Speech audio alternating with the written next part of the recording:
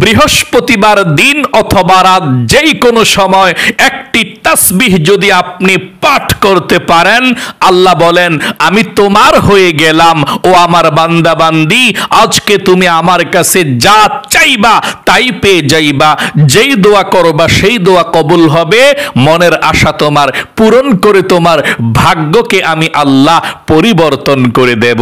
আল্লাহু আকবার। নবীজি বলেছেন এই আমলটি করে আপনি আল্লাহর কাছে যা চাইবেন তাই পেয়ে যাবেন, যেই দোয়া করবেন সেই দোয়া কবুল হবে। আল্লাহু আকবার।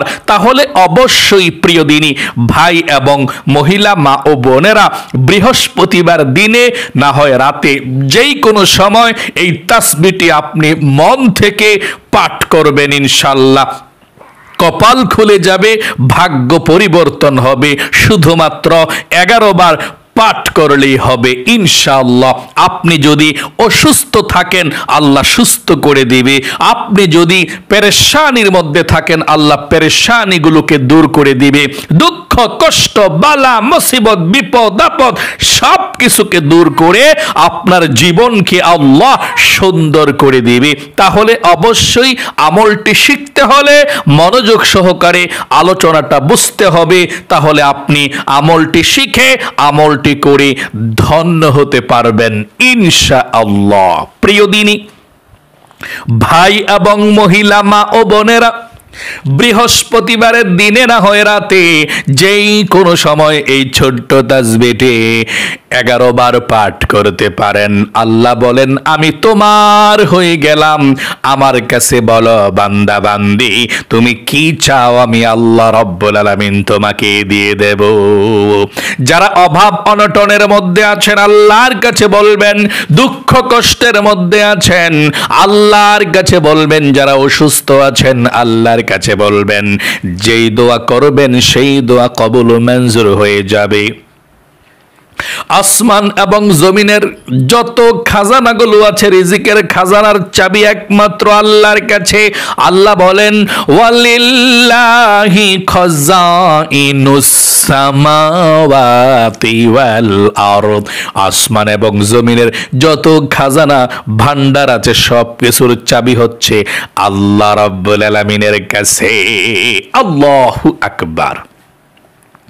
বৃহস্পতিবারে আপনি যদি আল্লাহর কাছে এই আমলগুলো করে দোয়া করেন, আল্লাহ কিভাবে বলেছেন আপনার দোয়া কবুল করবে। আল্লাহ বলেন ওয়া ইযা সাআলাকা ইবাদি আন্নী ফাইন্নী করিব উজিবু দাওয়াতাদ দাঈ ইযা দাআন। নবী হে আপনি বলে দিন, যদি আমার সম্পর্কে কেউ জানতে চায় বলুন আমি আল্লাহ তাদের নিকটে আছি, কাছে আছি। যে ব্যক্তি আমার কাছে দোয়া করে আমি তাদের দোয়াকে কবুল করি। আল্লাহু আকবার।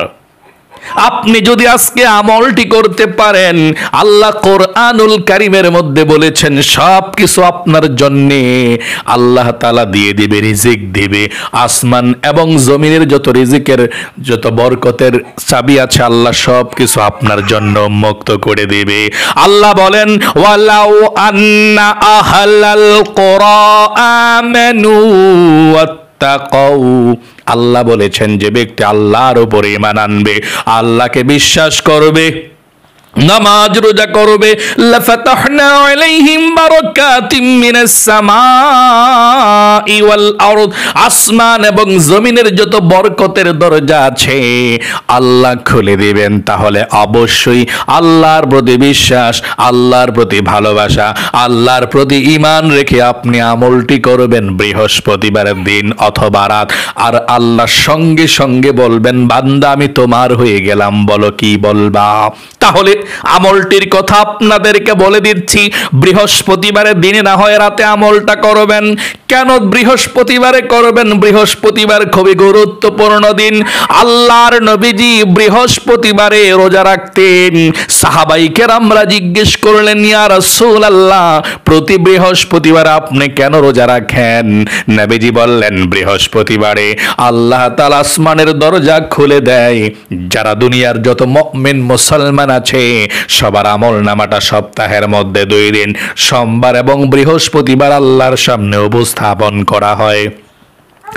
নবীজি বললেন, আল্লাহর কাছে যখন আমার আমলনামাটা উপস্থাপন করা হবে, আমার মন চায় আল্লাহ তখন আমাকে রোজা অবস্থায় দেখুক। এই জন্য আল্লাহকে সন্তুষ্টি করার জন্য আমি বৃহস্পতিবারে রোজা রাখি। আল্লাহু আকবার। নবীজি বলেছেন, বৃহস্পতিবার এমন দিন আল্লাহর কাছে কেউ যদি ক্ষমা চায় আল্লাহ ক্ষমা করে দেয়। আল্লাহু আকবার। যেই দোয়া করে আল্লাহ সেই দোয়া কবুল করে, তাহলে অবশ্যই বৃহস্পতিবার দিনে না হয় রাতে, এর মধ্যে আমলটি আপনাকে করতে হবে। চলুন আমি এক্ষুনি আপনাদেরকে আমলটির কথা বলে দিচ্ছি, মনোযোগ সহকারে শুনুন কিভাবে আমলটি করবেন ইনশাআল্লাহ। বৃহস্পতিবারের দিনে না হয় রাতের যেই কোনো সময় আপনি আমলটি করতে পারবেন। সর্বপ্রথম আমলটি করতে হলে আপনি ওযু করে পবিত্রতা অর্জন করতে হবে। ওযুর শুরুতে আপনি বিসমিল্লাহির রহমানির রহিম বলে ওযুটা শুরু করবেন, কারণ নবীজি বলেছেন যে ব্যক্তি ওযু করলো আর বিসমিল্লাহ পাঠ করলো না, তার ওযুটা পরিপূর্ণ হলো না। আপনি ওযুর শুরুতে কিভাবে বিসমিল্লাহ পাঠ করবেন আমার সঙ্গে পড়ুন। বিসমিল্লাহির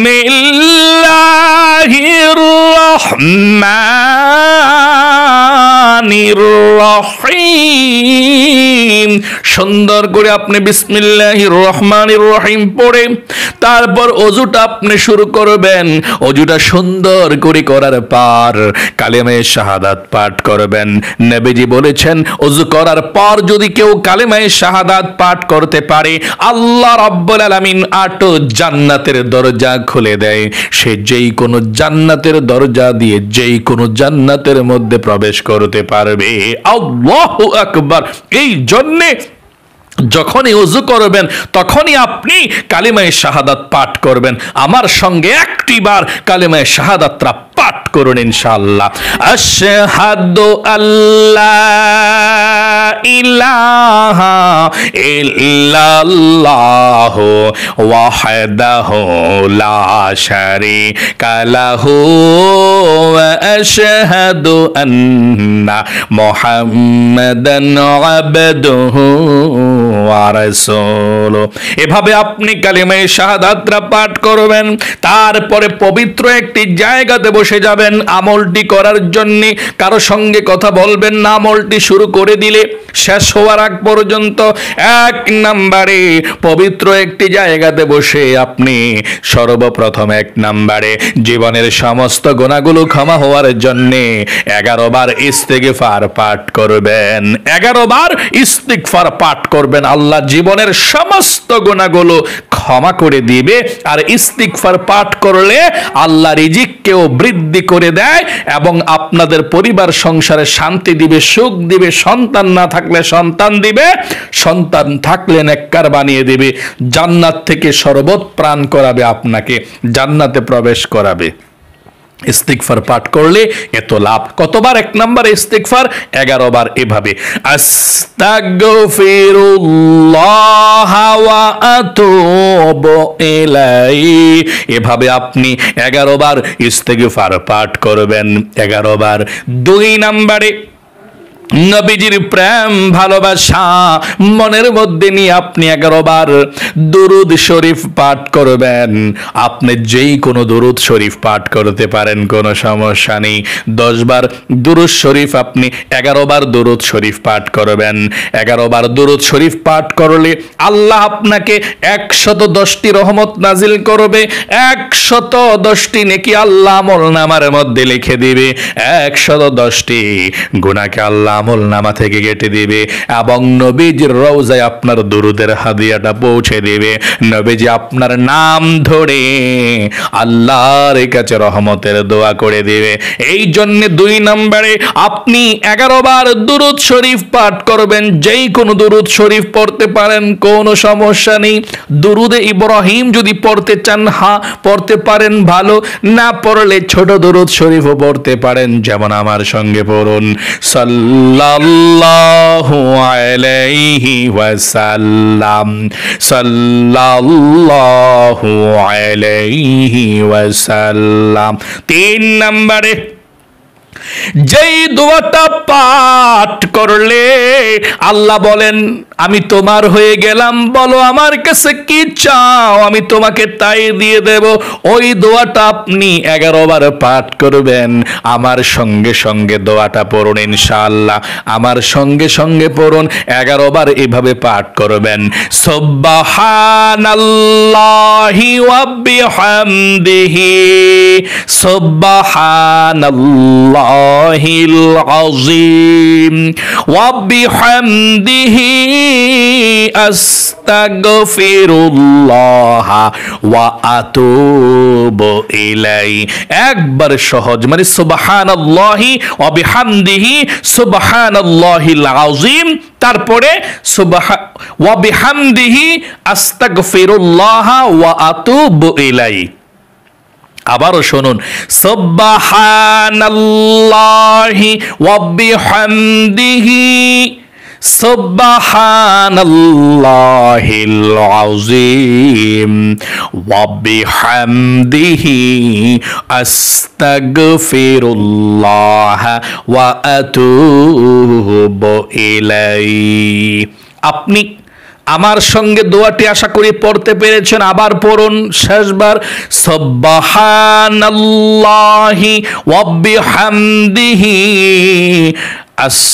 সুবহানাল্লাহিল আযীম ওয়া বিহামদিহি আস্তাগফিরুল্লাহ ওয়া আতুবু ইলাইহি। আমি আপনাদেরকে এই 3 নাম্বার দোয়াটি এবং যেই দোয়াগুলো কঠিন আমি লিখে দেব, ভিডিওটা দেখুন, শেষে সুন্দর করে কঠিন দোয়াগুলো লিখে দেব। আপনাদেরকে কোনো সমস্যা নাই, বাংলাতে দেখে দেখেও দোয়াগুলো পাঠ করতে পারেন, কোনো সমস্যা নাই, লিখে দেব। মনোযোগ সহকারে শুনুন।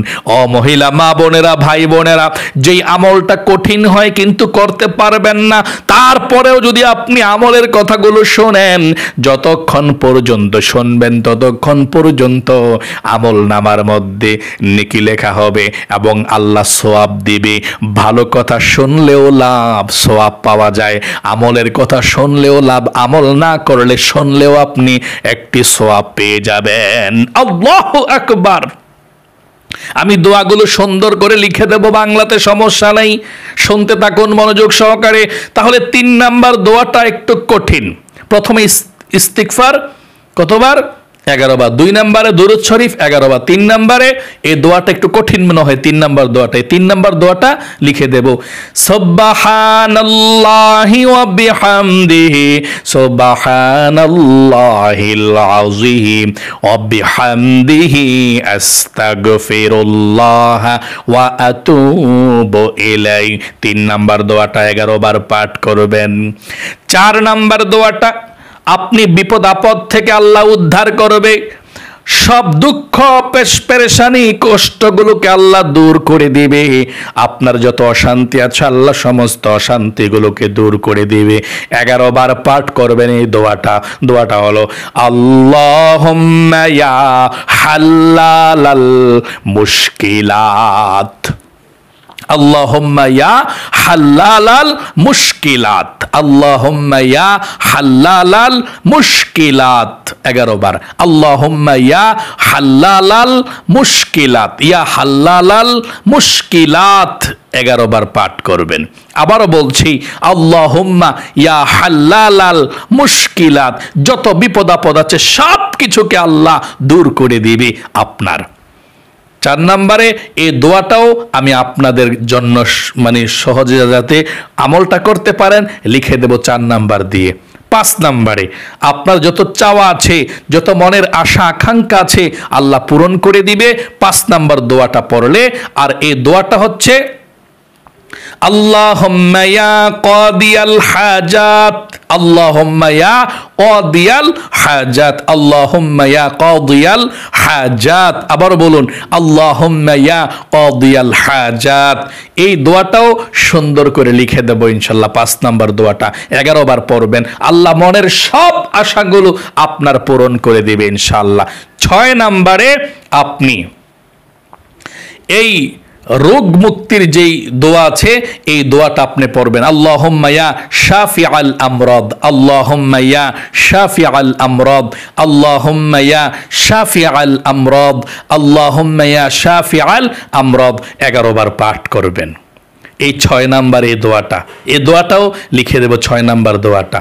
তারপর আপনি যত আপনি অসুস্থর মধ্যে আছেন আল্লাহ শিফা দান করবে দোয়াটা পড়লে। 7 নম্বরে আপনি শেষে আবার দুরুদ শরীফ পাঠ করবেন 7 নম্বরে 11 বার সাল্লাল্লাহু আলাইহি ওয়াসাল্লাম। তারপরে আপনি আল্লাহর কাছে মুনাজাত করবেন। মুনাজাত করে সর্বপ্রথম বলবেন ইয়া যাল জালালি ওয়াল ইকরাম, ইয়া যাল জালালি ওয়াল ইকরাম, মানে প্রথমে আল্লাহকে বলবেন আল্লাহুম্মা আমিন বইলা 3 বার আল্লাহকে ডাক দিবেন, ইয়া যাল জালালি ওয়াল ইকরাম, ইয়া যাল জালালি ওয়াল ইকরাম, ইয়া যাল জালালি ওয়াল ইকরাম। পরে আপনি আল্লাহর কাছে বলবেন আপনার কি চাওয়া আছে, কি মনের আশা আছে, কি আকাঙ্ক্ষা আছে, কি অসুস্থর মধ্যে আছেন, কি বিপদের মধ্যে আছেন, আল্লাহর কাছে বলবেন। আল্লাহ আপনার ডাকে সাড়া দিবে। আল্লাহর কাছে যেই দোয়া করবেন সেই দোয়া আল্লাহ কবুল করবে, মনের আশা পূরণ করবে, দুঃখ পেরেশানি যন্ত্রণাগুলো আল্লাহ দূর করে দেবে ইনশাআল্লাহ। তাহলে প্রিয় দিনী মহিলা মা ও বোনেরা, আপনাদের জন্য আমি একদম সহজে যেই দোয়াগুলো আপনারা পারবেন না বা শোনেন নাই কখনো আগে, শুধু মুখে মুখে বললে তো পারা যায় না, আমি বাংলাতে লিখে দিচ্ছি দোয়াগুলো, দেখে 11 বার করে করে পড়বেন ইনশাআল্লাহ। 3 নাম্বার যে দোয়াটা সিরিয়ালে, এই দোয়াটা আপনি 11 বার পাঠ করবেন। এই দোয়াটা আমি এখনই লিখে দিচ্ছি, আমার সঙ্গে সঙ্গে পড়ুন এবং স্ক্রিনশট দিয়ে রেখে দিবেন। এই দোয়াটা 3 নাম্বার দোয়াটা প্রথমে 1 নম্বরে 11 বার পড়বেন। সুবহানাল্লাহি ওয়া বিহামদিহি সুবহানাল্লাহিল আযীম ওয়া বিহামদিহি আস্তাগফিরুল্লাহ ওয়া আতুবু ইলাইহি। এটা 11 বার।